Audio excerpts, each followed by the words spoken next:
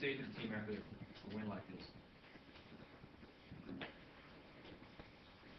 That if our one-on-one defense doesn't get better, we're going nowhere. That's the truth, too. If you can't guard your own guy, and I'm not just talking about I'm talking about, like, throughout the game, just beating off the dribble, you have no shot.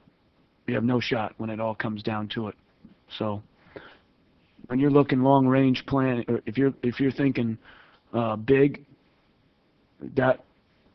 I think in general, what concerns me doesn't concern them as much as it needs to, which is stuff like that. You know, big picture stuff like, do we have a wing defender? Can we guard all three positions at one time? Because you can't run Battier around all to everybody.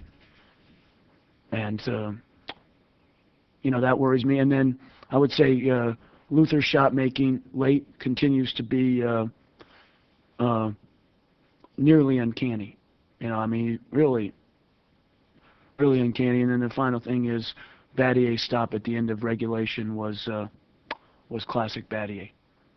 Is any of it at all just a matchup with the Kings defensively, or are there particular things that you can point to that you've seen in other games as well? Yeah. Similar? Yeah. It's a year-long problem when that teams put perimeter players on the floor where all three have great individual skill at the same time, like they do. None of them are easy. Kevin Martin, who could have easily gone to the All-Star game. Artest, obviously, he's got 37 and 39 in 2 games against us. And Bibby, is obviously very, very talented. We've run up against that in Dallas. We got to be able to guard our spot. You got rebounded 16-3 down the stretch, and you also, I think, went on like a 12-0 run just to get it to the overtime. I know it's not just as simple as flip the switch, but what happened? What did you see happen that all of a sudden it just... Well, we played much better defense. See, we're not a team that can coast. Obviously, our margin of error, like most teams in this league, other than the Phoenixes and the Dallases, their margin of error is bigger. Ours, like all teams, is very, very small. And if we're not playing max out with discipline and intensity, we can look really bad, just like any team can. And I think right now the record is seducing us and reducing our effort defensively. We got to get in a stance and guard every night, and it's got to be a hard possession. And so I can have these concerns because that's what my experience teaches me about the game as it goes along in the season. There's no schemes. The game gets simpler as the year goes on. There's no complex patterns. It's isolation, or it's transition, isolation in the post and on the perimeter.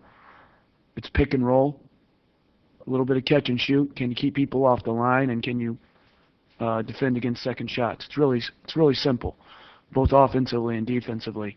And either you can do all those things on offense efficiently and stop them defensively, or you can't. There's not going to be any tricks. Do you sense that McGrady is tired at all on the defensive end? Or is it just... Well, tonight I had to put him in after, 2.5 minutes of rest in the first half, because, you can lose the game at any point, and I felt the game was on the brink right there. And so he was tired, I believe, to start the second half, so I got him out earlier. I think I rested him 7 minutes. But I think he had some good possessions defensively. He can be a lockdown defender. He's that good. He's got length, quickness, intelligence, anticipation. There's nothing he doesn't have. And you saw it like on the last possession when they threw it into Martin in the corner. Deflection, out of bounds, sort of takes away any chance of them,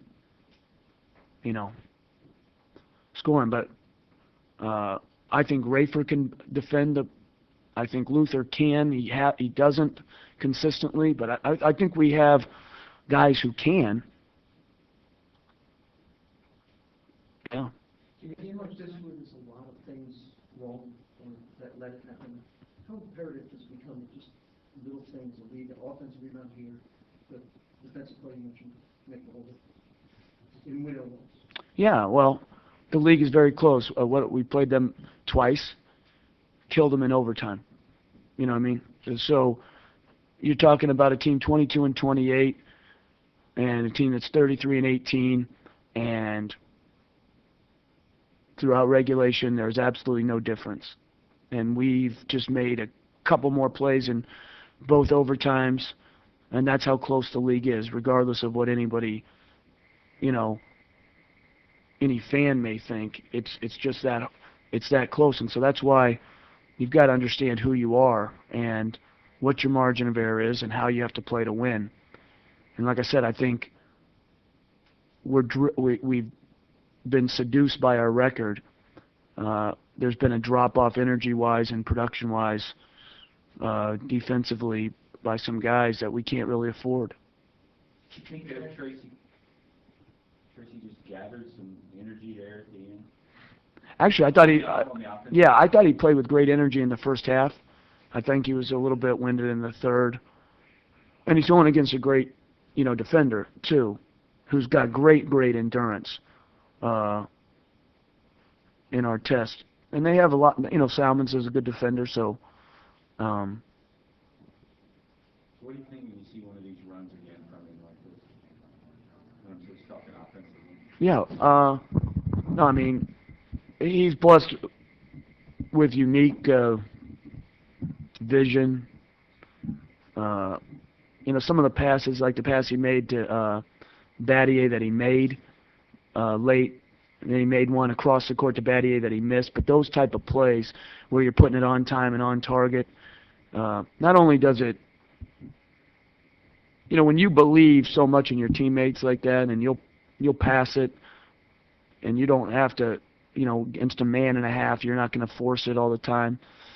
But also he has the unique ability not only to have that vision, but have incredible shot-making ability. And he's playing at a very high level on offense. And as the season goes on, he's going to have to build his stamina up. If we're going to be if we can make the playoffs, he's going to have to play huge minutes. So it's, and at both ends, there's no chance to conserve yourself. Does he get seduced by what he can do in a short time? No, I think he has actually a pretty good feel for what's needed in most games. I think we're better off when he's very aggressive to start with, to set a tone. I think then he usually evolves into, making plays for others, and then usually finishing off, strong. I think tonight he got a little out of whack on offense because I had to play him so much in the first half, and so he needed a longer rest in the second. Okay, thanks. Thanks, Jeff.